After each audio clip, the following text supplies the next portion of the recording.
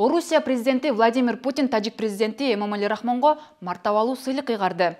Эсиңиздеби, 2021 жылкы Тажикстандын агрессиясынан бир жума өтүп-өтпөй Путин Рахмонду 9 майга карата уюштурулган парадка чакырган. Анда башка эч бир президент Москвадагы салтанатка барган эмес. Экөөнүн ынактыгынын сыры эмнеде? 7 октябрда Орусиянын президенти Владимир Путин 70-ке чыкты. Анын урматына Санкт-Петербургда КМШга мүчө мамлекеттердин бейформал саммити уюштурулду. Ушул эле жерде Путиндин юбилейи белгиленет. Тажикстан президенти Эмомали Рахмонго бир нече күн мурда ыйгарылган 3 даражадагы мекенге сиңирген эмгеги үчүн сыйлыгы колуна тапшырылат. 5 октябрда тажик президенти да 70-ке чыккан. Путин бул мартабасы бийик сыйлыкты Рахмонго Орусия менен мамилени бекемдөөгө салым кошкону үчүн эле эмес, аймактагы туруктуулукту жана коопсуздукту камсыз кылганы үчүн берип жатканы расмий кабарланган. Бул албетте Орус бийлигинин Рахмонго көрсөткөн алгачкы зыяпаты эмес.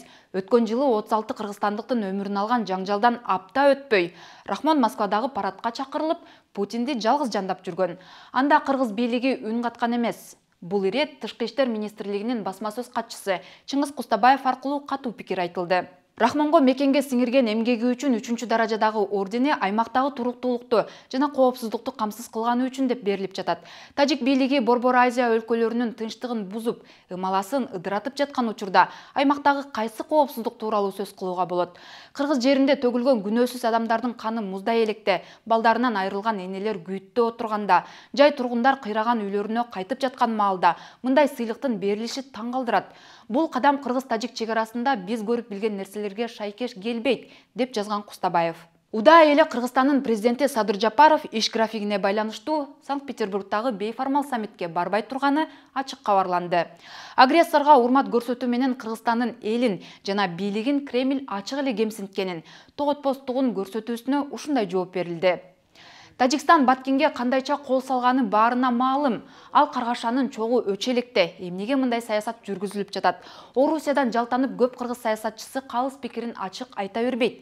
А биз ачык айткан айрымдардын оюна орун берсек. Жогорку кеңештин депутаты Дастан Бекешев позициясын телеграм-каналына жарыялады. У нас интересная ситуация после того, как Путин наградил Рахмона за вклад в обеспечение региональной стабильности и безопасности. Вот как к этому относиться? Можно, конечно, громко хлопнуть двери, но тогда могут у нас некоторые проблемы возникнуть. Не некоторые, а огромные проблемы. Потому что нужно понимать, что у нас товаропоток с Российской Федерацией, он очень значительный. У нас очень много граждан, проживающих в Российской Федерации. И если не хлопнуть дверью, то есть никак не отреагировать, то, получается, мы это проглотили, и нам это все понравилось, и мы можем дальше, над нами можно дальше и издеваться таким образом. Экс-депутат Өмүрбек Абдрахманов Вести KG порталына берген маегинде мындай пикир айтты. Балким Путин Рахмондун иш-аракеттерин туура деп эсептейт. Ал анын ишенимдүү досу болушу мүмкүн. Бул диктаторго мындай чагымчыл орден берүү туура эмес. Орус президентинин бул жоругуна эл нааразы болуп жатканы таң калыштуу эмес. Мен дайыма Путин туура эмес иштерди жасап жатканын айтып келгем. Ал аны азыр далилдеп жатат, деди Өмүрбек Абдрахманов.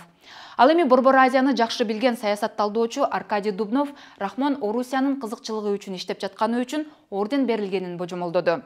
Рахмон орденин 7 октябрда Санкт-Петербургда алат. Анда Путиндин 70 жаш юбилейи дагы белгиленет. Рахмонго кайсы ата мекенге сиңирген эмгеги үчүн орден берилип жатканын сурагым да келбейт.